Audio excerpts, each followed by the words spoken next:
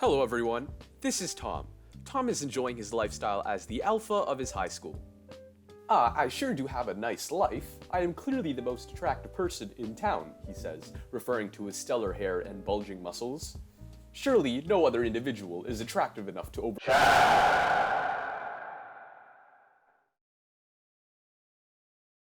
Introducing Chad. At the expense of Tom's foundational beliefs, Chad has now become the most popular person in his high school.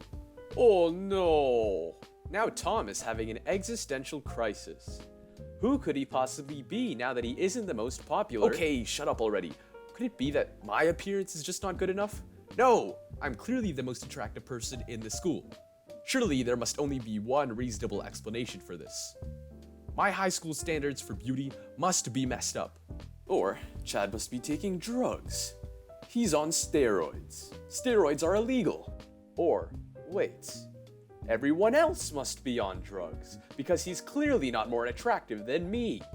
My friends, Tom is experiencing what's called cognitive dissonance. Evidently, it can become a very problematic issue, yet it's something we all experience and is responsible for many societal issues and movements. But what is cognitive dissonance, and what can we do about it? Well, let's find out.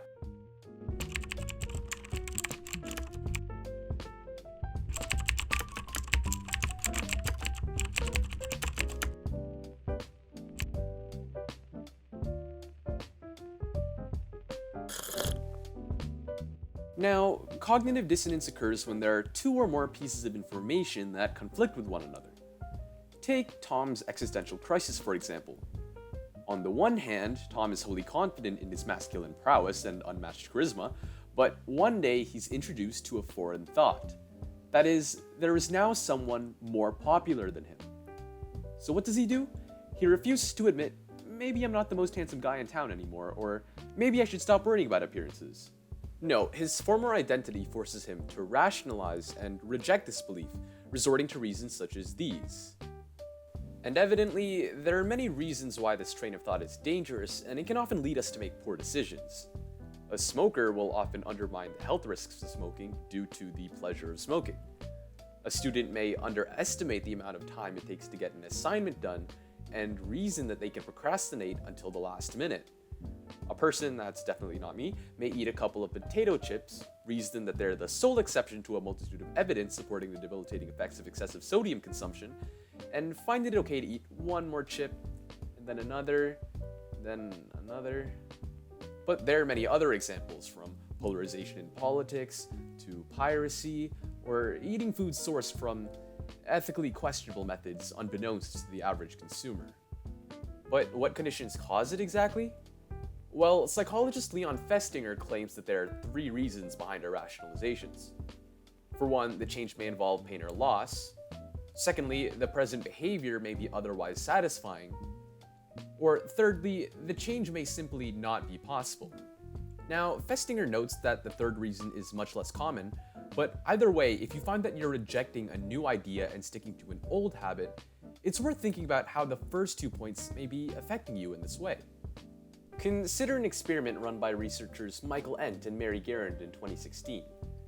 To test the effects of cognitive dissonance, they told a group of subjects about an unpleasant, albeit made up, test for a virus.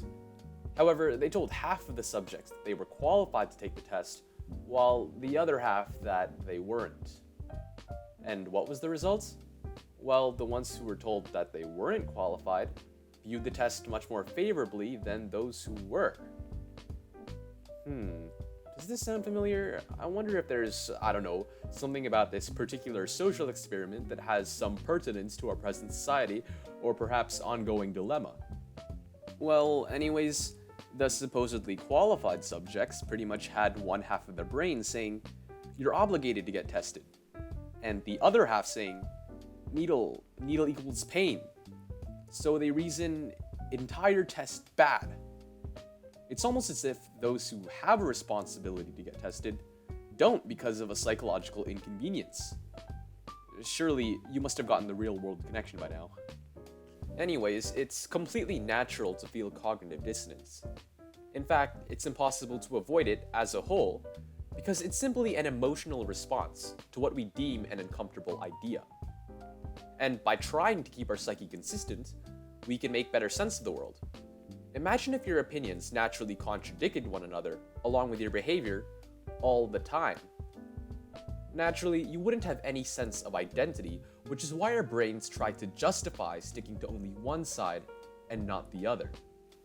But of course, being aware of the subconscious rationalization can help us get rid of harmful habits and even engage in large social changes. Addressing climate change, for instance, requires a lot of people to do their part, but because doing one's own part is a bit of an inconvenience in this particular instance, it can cause most people to conclude or rationalize that the difference one person makes is negligible. But incidentally, this train of thought causes no one to do anything. But imagine what would happen if everyone was aware of this subconscious rationalization, which is what this video seeks to address by reaching a larger audience. Please like, share, and subscribe. So what can we do in the end? Well, what we can do is condition ourselves to associate change with personal gain instead of loss. While we can't get rid of cognitive dissonance altogether, we can at least change how we react to it, and as a result, truly seize opportunities for change when they present themselves to us. Well, Chad, it seems I was denying reality all along. It's time I must concede that you simply are the more attractive individual. Otherwise, I'll simply be living in denial, at the behest of my own psyche, and at the cost of my own happiness. And for that, Chad, I hope you can forgive me for accusing you of taking steroids. Ah, good for you. I'm glad you've come to accept poop. Steroids? Oh, I knew it, you...